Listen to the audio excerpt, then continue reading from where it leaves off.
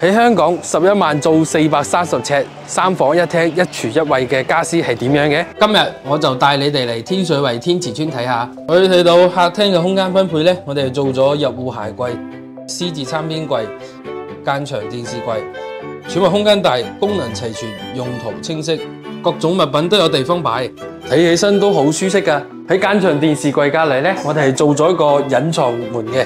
打開就係主人房，主人房我哋係採用嘅經典嘅油壓床加梳妝台加倒頂衣櫃嘅組合。倒頂衣櫃同油壓床嘅儲物空間超級大，梳妝台可以用嚟化妝辦公。呢個區域呢，我哋用木盒間咗客房同埋兒童房。兒童房係由一個兒童上下床加書台吊櫃組成，客房就係一個油壓床加書台加吊櫃。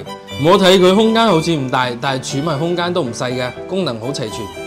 入到廚房呢個區域，我哋做咗一個 L 型櫥櫃同埋吊櫃，有充足嘅儲物空間。隔離嘅頂部咧做咗一排吊櫃，下邊預留位置放雪櫃同埋大眼機，極致利用空間。浴室做咗一個浴室櫃同埋吊櫃，吊櫃下邊咧開放格可以擺放一啲洗面奶啊、洗頭水等等。